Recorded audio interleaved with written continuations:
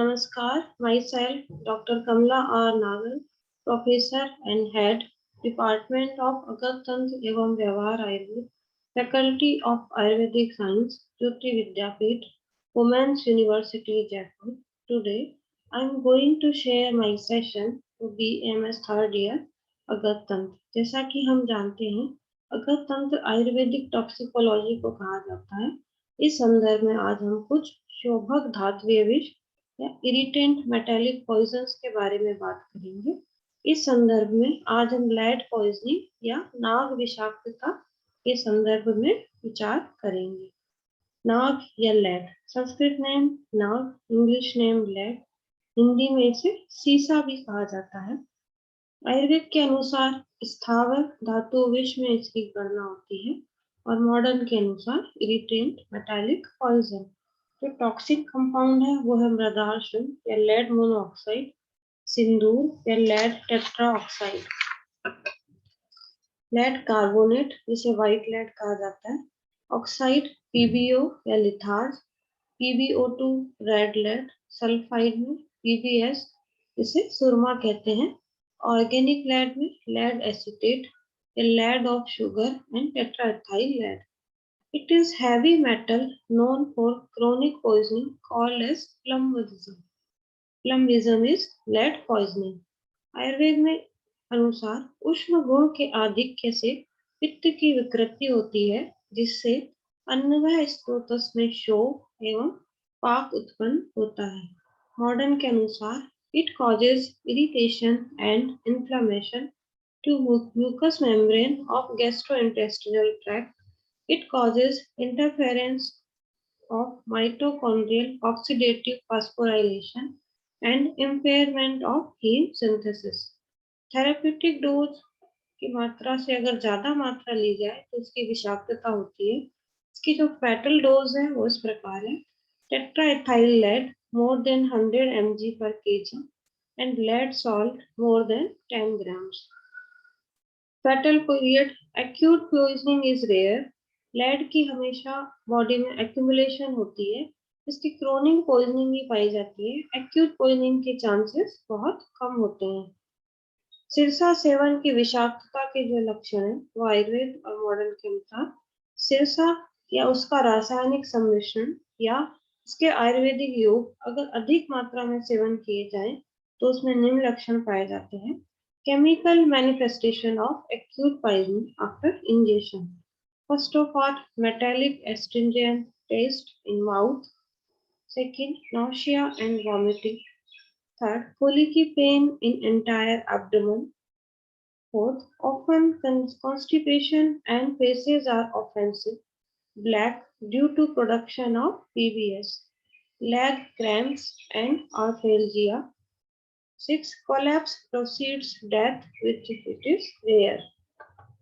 सिरसा की जो chronic poisoning है उसके लक्षण इस प्रकार हैं। Clinical manifestation of chronic poisoning of lead.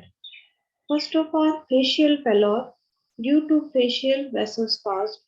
Second of all, anaemia with punctuate basophilic due to impairment of haem synthesis.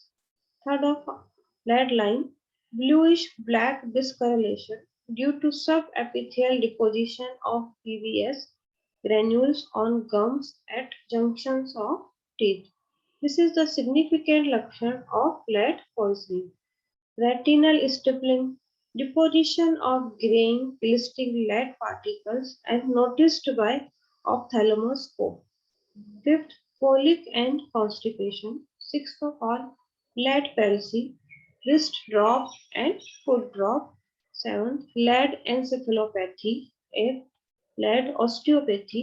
Ninth, reproductive system in female, menstrual irregularities, and in males it is found sterility. Tenth of all, hypertensive cardiopathy is commonly found in PBS or lead poisoning. Diagnosis of acute poisoning of lead. History of ingestion lead compound in fatal dose. Metallic astringent taste in mouth. Colicky pain in abdomen. Often constipation and faces are offensive. black due to production of PBS. Blood lead is more than 55 micro per dial in child and more than 80 microgram in DL in adult. Peripheral smear of blood, anemia with basophilic stippling. Urinary lead level is more than 100 micrograms liter per day. Management of ingested acute lead poisoning की जो चिकित्सा है वो इस प्रकार की जाएगी. First of all resuscitation. इसमें जनरली चिकित्सा की आवश्यकता नहीं होती है क्योंकि कभी भी लेड की इमरजेंसी पॉइजनिंग नहीं होती है. बॉडी में ये एक्यूमुलेट होता रहता है. तो क्रोनिक होते हैं आपके बाद इसके कुछ लक्षण परिलक्षित होते हैं जो लेड पॉइजनिंग की ओर इंगित करते हैं. Second, removal of unabsorbed poison या अनावशोषित विष का जो निराकरण है. अगर पेशेंट कॉन्शियस है, ओरिएंटेड है, स्टेबल है तो आप फोर्स्ड इमेसिस कराते हैं मधु या स्टीफांट या आकंठ लवण जाल पिला के. अगर पेशेंट अनकॉन्शियस है या डिसओरिएंटेड है, वाइटल स्टेबल नहीं है तो गैस्ट्रिक लवाज कराया जाता है. परगेशन या विरेचन. गंधर्व हरित की चूर्ण 5 ग्राम शुंठी फांट के स्वाद देने पर विरेचन शुरू हो जाता है जिससे लेड की कुछ मात्रा शरीर से बाहर निकल जाती है. शोषित विष के निराकरण के लिए पोस्ट डायूरेसिस या मूत्रण द्रव्यों का सेवन कराया जाता है ताकि मूत्र के साथ कुछ इसकी मात्रा शरीर से बाहर निकल सके. Use of antidote. एंटीडोट में मैकेनिकल एंटीडोट गोग्रत या गोदुग्ध. रासायनिक जो एंटीडोट है वो इसका होता है मैग्नीशियम सल्फेट और Na2SO4 which produced insoluble lead sulfide. Specifically जो मॉडर्न में इसका एंटीडोट काम में लिया जाता है वो इंजेक्शन EDTA 1 ग्राम पर IV. स्पेसिफिकली आयुर्वेद में जो इसका एंटीडोट बताया गया है वह हेमहरितकी प्लस मिश्री 3 दिन तक इसका सेवन कराया जाता है.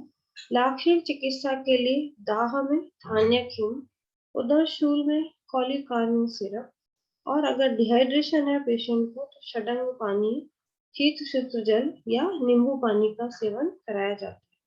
जो क्रोनिक जो लेड पॉइजनिंग होती है उसकी आयुर्वेदिक मैनेजमेंट किस तरह से की जाती है. उसमें विरेचन कराया जाता है. स्नूही वटी जिसमें कि स्नूही शीर और सेंधा होता है उसे त्रिफला क्वाथ से देने से धातुगत सीसा विष का निराकरण हो जाता है.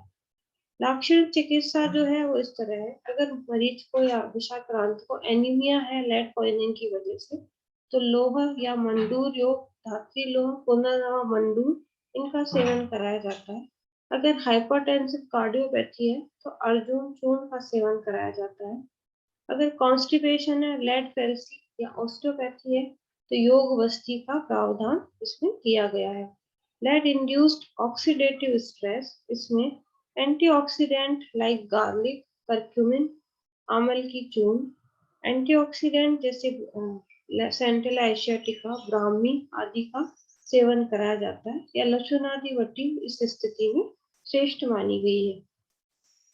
Management of chronic lead exposure by modern medicine. उसमें किलेटिंग एजेंट के तौर पर इंजेक्शन EDTA पर ग्राम पर IV 5% glucose drip 12 hourly 5 days तक देने से इसके विषाक्तता का निराकरण होने की संभावना है. अगर किसी कारणवश विषाक्रांत की डेथ हो जाती है तो उसकी पोस्टमार्टम अपीयरेंस क्या मिलेगी उसको हम वर्णन करेंगे. Externally not specific. Internally, the stomach में gastric mucosa is congested and may be eroded patches sometimes. Intestine, black colored fecal matter may be in large intestine. Chemical analysis में viscera examination के लिए stomach की जो है stomach B1 में stomach whole plus stomach contain 100 ml, small intestine 30 centimeter, B2 में liver half kg, spleen half, kidney half of each. इसको specific viscera में B3 में shaft of long bone 10 cm plus plug scalp hair 5 gram plus finger nail इनको भेजा जाता है. Preservative इसमें NaCl water लिया जाता है. मेडिको लीगल एस्पेक्ट क्या है? मेडिको लीगल केसेस किस तरह के होते हैं? वो इस प्रकार है। एक्सीडेंटल में children often have a craving for eating inedible things such as lead-based mica, paints, toothpaste, tube. It causes poisoning, which is called pica. Suicidal is very rare. Homicidal not used generally. Therapeutic overdose not found generally. Occupational hazard will be found among workers which are working in factories belonging to lead. Chronic poisoning, continuously use of water from lead pipes, and infant may suffer from slow and progressive lead poisoning by imbibing lead secreted in mother's milk from face powder, skin cosmetics, and hair dyes containing lead. शोधन, क्योंकि औषधीय यौगों की overdose से भी lead poisoning हो जाती है। अगर लंबे समय तक नाभयुक्त औषधियों का सेवन किया जाए तो उससे लेड पॉइजनिंग होने की संभावना होती है।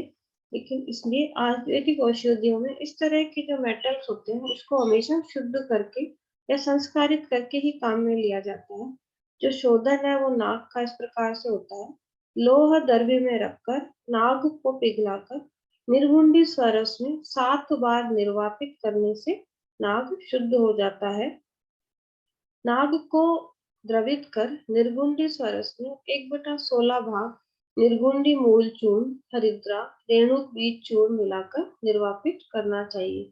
मोस्ट कॉमन जो आयुर्वेदिक योग अवेलेबल होता है मार्केट में वो है त्रिवंग भस्म। औषध योगियों का अगर एक सीमित मात्रा में सेवन किया जाए तो वो आपके शरीर के लिए अमृत का कार्य करते हैं। लेकिन किसी भी औषधीय योग की ओवरडोज शरीर में पॉइजनिंग या विषाक्तता के लक्षण उत्पन्न करती है। नाग भी इसी प्रकार का, नाग या लेड इसी प्रकार का एक शोभक घातकीय विष है। इस सेशन में हमने नाग या लेड के संबंध में बात की। एक्यूट पॉइजनिंग के लक्षण, क्रोनिक पॉइजनिंग के लक्षण, आयुर्वेदिक और मॉडर्न के संदर्भ में, प्लस एक्यूट की चिकित्सा और क्रोनिक केसेस की चिकित्सा, उनके medico legal aspects, postmortem appearance, औषधीय योग, इनके बारे में हमने इस सेशन में जानकारी प्राप्त की। आशा है ये सेशन आपके लिए लाभकारी रहेगा। धन्यवाद।